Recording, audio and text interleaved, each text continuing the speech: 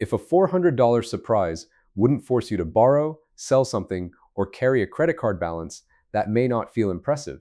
It should. Because the Federal Reserve's 2024 household survey found that 63% of adults could cover a $400 emergency with cash or the equivalent, which means 37% would need another method or couldn't cover it at all, and 13% said they couldn't pay the expense by any means right now.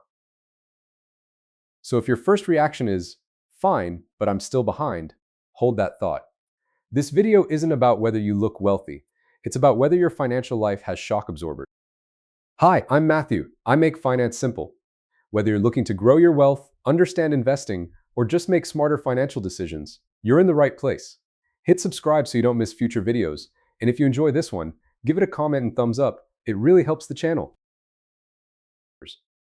Most people judge money from the outside: the car, the kitchen, the trip, the confidence in somebody's voice when they talk about investing.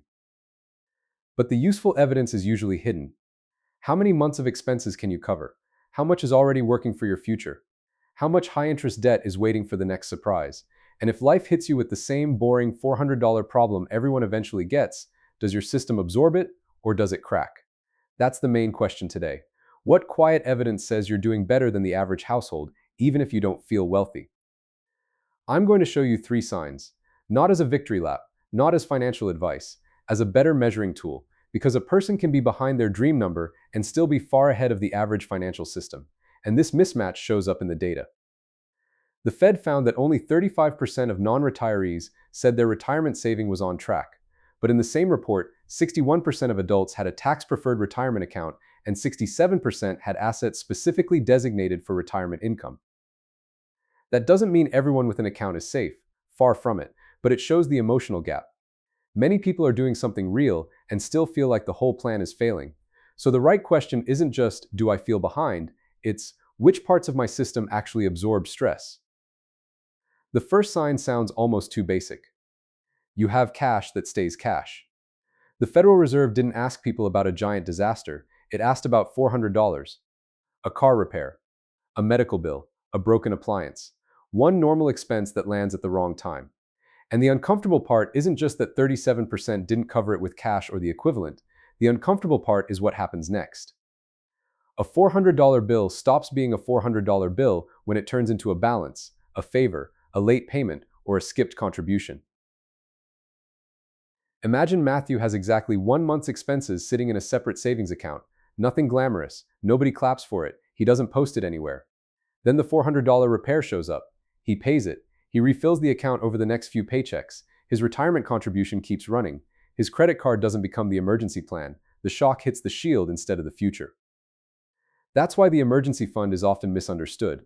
It doesn't exist only to cover the emergency. It protects every decision after the emergency. It protects the contribution you were going to make. It protects the calm you need to make the next choice. It protects the future from being interrupted by the present. Put another way, the buffer is not lazy money, it's decision protection. Without it, the $400 problem asks a second question.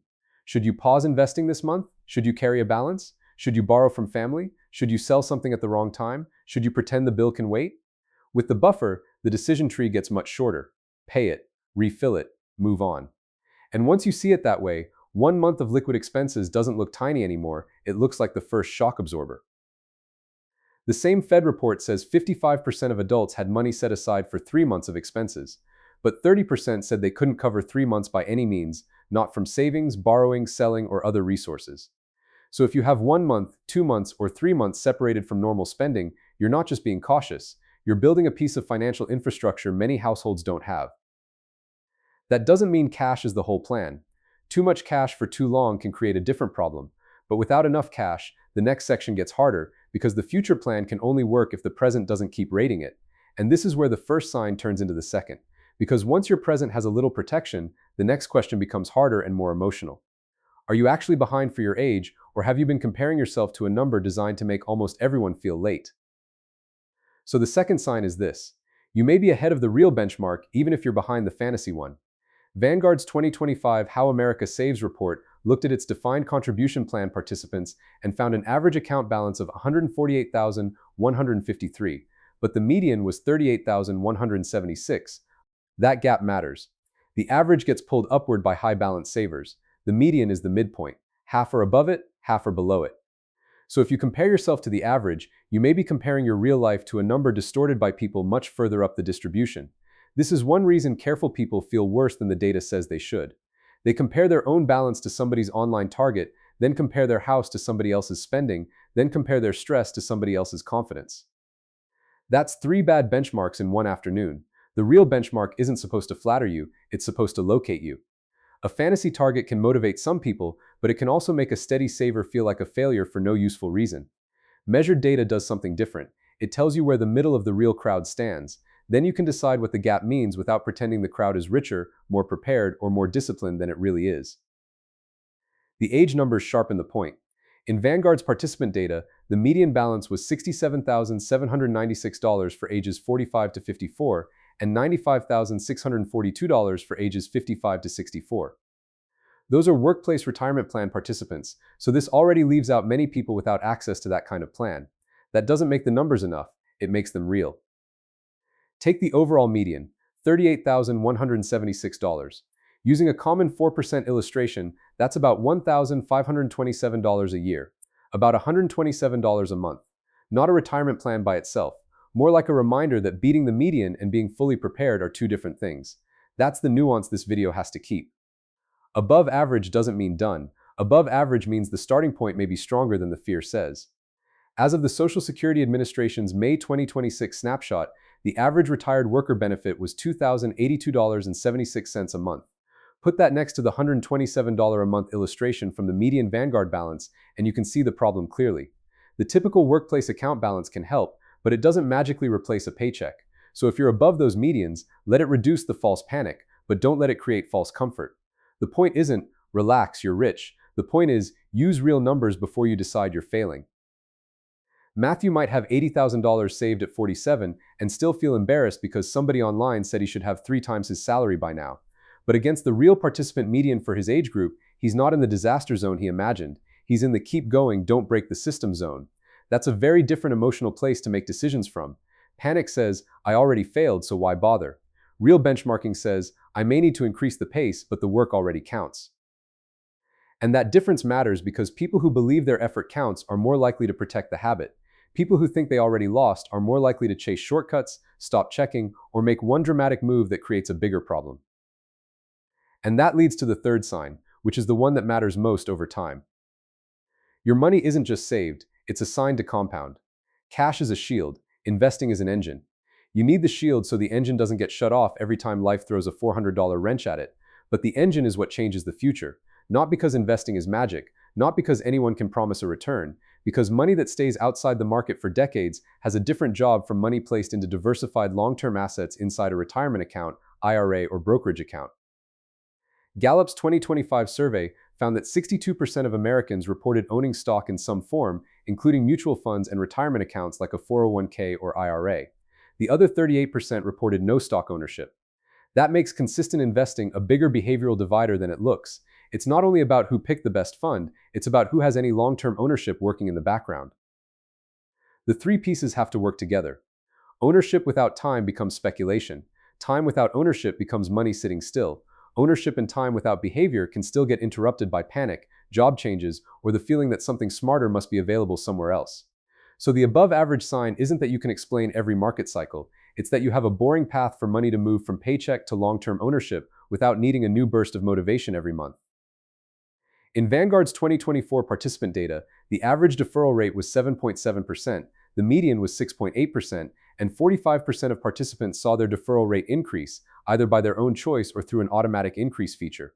That's not flashy, that's the whole point. The strong system often looks boring while it's working. The best version of this habit removes drama from the decision. The contribution comes out before the month has a chance to argue with you. The allocation is set before headlines try to scare you. The account has enough distance that a bad market week doesn't become a life decision. This is where many people get the story backward. They think above-average investors must know more. Sometimes they simply touch the system less. Vanguard reported that during 2024, only 5% of non-advised participants traded within their accounts, while 95% didn't initiate any exchanges. It also reported that 67% of participants were invested in a professionally managed allocation, such as a target date fund, balanced fund, or managed account. Again, this isn't a recommendation for a specific product, it's a clue about the behavior. A lot of successful retirement saving is not frantic movement, it's structure. This is why the cash sign and the investing sign belong in the same video. Without cash, a normal bill can force an investing decision.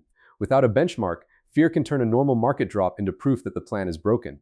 Without automation, every month asks you to remake the same promise from scratch. The shock absorber idea ties them together. The cash buffer absorbs life. The real benchmark absorbs false comparison. The compounding system absorbs emotion. So picture Matthew again. He has the cash shield, so a normal bill doesn't force him to sell. He has a real benchmark, so one influencer's giant target doesn't make him panic. And he has automatic investing, so one ugly headline doesn't decide his retirement contribution for the month. That's a system with shock absorbers. And by the way, maxing everything out is rare. Vanguard found that 14% of participants saved the statutory maximum in 2024. Useful to know, because the internet can make maxing every account sound like the normal starting line. It isn't. Consistency matters before perfection. Progress matters before optimization. The question isn't, have you built the most impressive version? It's, does the system keep working when life gets annoying? So here's the practical audit, not advice, a measurement tool. First, how many months of essential expenses sit in liquid cash? Second, what high-interest debt could turn the next $400 surprise into a chain reaction? Third, how does your retirement balance compare with real age benchmarks, not fantasy targets? Fourth, what percentage of income goes to long-term accounts automatically?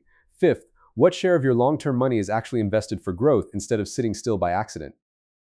Notice what's missing from that audit. It doesn't ask whether your car impresses anyone. It doesn't ask whether your kitchen photographs well. It doesn't ask whether your friend group thinks your job title sounds successful. It asks whether your financial system can keep its promises when ordinary life gets irritating. That's less glamorous, but it's much closer to the truth. Those 5 numbers tell you more than the car in the driveway. They tell you more than income by itself. They tell you more than whether somebody sounds confident at dinner. Because visible spending can be rented, confidence can be performed, but a cash buffer, a measured benchmark, and an automated compounding habit are much harder to fake. The $400 number is small on purpose. It's the first test. If a small shock breaks the system, a bigger one won't be kind. But if a small shock gets absorbed, your next contribution can still happen. Your retirement account can stay invested. Your stress doesn't get to vote on every decision. That's the real difference between looking ahead and being ahead. Money that impresses people can disappear from the picture as soon as the bill arrives. Money that protects you is quieter. It waits, it absorbs, it keeps the plan alive. Then it moves back into the background while the real work continues. That's not dramatic, it's durable. So if you have cash that stays cash, if your savings are ahead of real benchmarks for your age, and if your long-term money is invested through a system you don't have to emotionally rebuild every month, you may be doing better than the average household. Not finished, not invincible, not immune to bad luck, health costs, layoffs, housing pressure, or market declines, but better than your anxiety has been telling you. The useful question after this video isn't, do I look successful? It's, what does my money protect when normal life hits? If it protects the next bill, that's a cash buffer. If it protects your self-assessment from fake benchmarks, that's real data. If it protects your future from emotional interruption, that's a compounding system. And if you have all three, even imperfectly, the story may be very different from the one you've been telling yourself. If this helped you reset the way you measure progress, like the video, comment with the shock absorber you want to strengthen first, and subscribe for more plain English money breakdowns. Thanks.